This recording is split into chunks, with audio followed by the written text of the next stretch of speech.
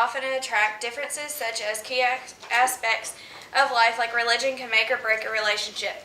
It's important to agree on the same religion, especially among married couples, because what will light and darkness have in common?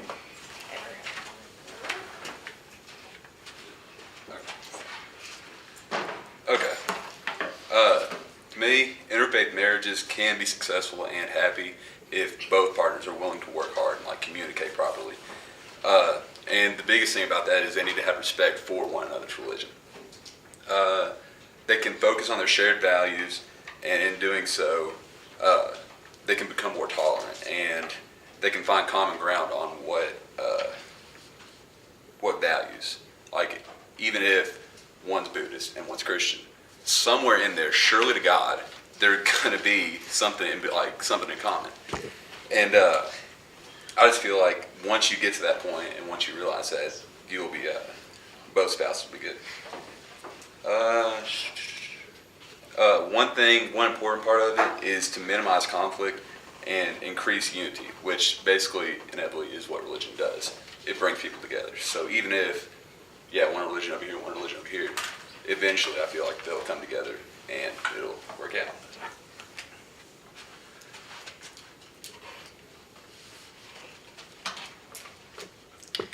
Speaking of a common ground, differences are good, but you have to think about your later generations. And on your comment, we're all human, and at the end of the day, it all matters to what you think, even though that's kind of harsh to say, but that's how we're made. It's human nature. You're going to focus on what you believe and what you've grown up to believe. Here's some questions for you. If two people have different religions, where will you get married? In a church? What kind of church? Will you have a church service in your ceremony? How many days will it last? Do you and your spouse agree on these things? That's something you're going to have to discuss. Are you allowed to get married to each other? Or will you have to convert? This morning on the radio, actually, I heard a story about Chuck Wicks, a country singer. He was talking about his engagement, and they've been engaged for over a year, and the reason that everything's being held off is obviously because of their careers and everything, but he has to convert because she is Catholic and he is Methodist, so he has to go through confirmation, which people, help me out, I'm not Catholic, but people do when you're in 8th grade, I think, before you go to, okay. And so that's something that he has to go through classes for, and that ritual.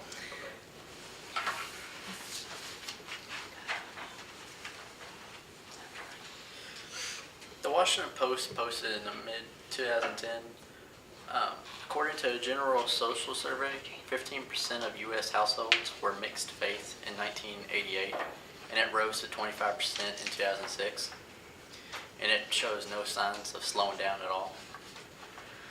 The American Religious Identification Survey in 2011 reported 29% of Jews, 23% of Catholics, 39% of Buddhists, 18% of Baptists, 21% of Muslims, and 12% of Mormons were married to spouses of different religious backgrounds. That's a mouthful. If you want to see what the households, less than a quarter of the 18 to 23-year-olds of current day that responded to the National Student Study of Youth and Religion thinks it's important to marry someone of the same faith. I guess it kind of goes to the race factor, where people used to think that everything was always about marrying someone of the same color, but nowadays none of us care, and everyone's more equal, and everyone just wants to get along a lot better. Interfaith marriages between Protestants and Catholics were once frowned upon, but today it's accepted by 80% of the population, which I thought that thoroughly is explained how everything's more mixed today and is getting a lot better.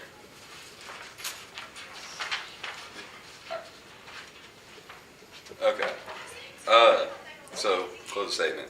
I really feel like it's important to educate yourself on your other like significant other's religion, and the biggest thing is like not to bash it, not to be like ignorant of it, accept it and like embrace it, because I just feel like if you have a closed mind about anything like that, that just sort of shows what type of person you are, and like why would you want to like possibly not have like a good relationship or even like a future with someone based on their religion? And I feel like that's just completely stupid, in my personal opinion. In any marriage, I mean, you're going to run into issues, whether it be money, family, like you hate the in-laws, whatever. But I feel like if you can get over being separate religion, like you can find ways around it. You can trade off Sundays or do whatever. But I feel like if you can overcome that barrier, then you can basically overcome whatever you need to in your marriage. And, yeah. In order to save yourself the time and the trouble, although not essential, it is important to marry someone within the same religion as yourself. If not for your sake, think of your children. If you wouldn't want your son to wonder if he likes either boys or girls, then don't let him wonder what God he should serve.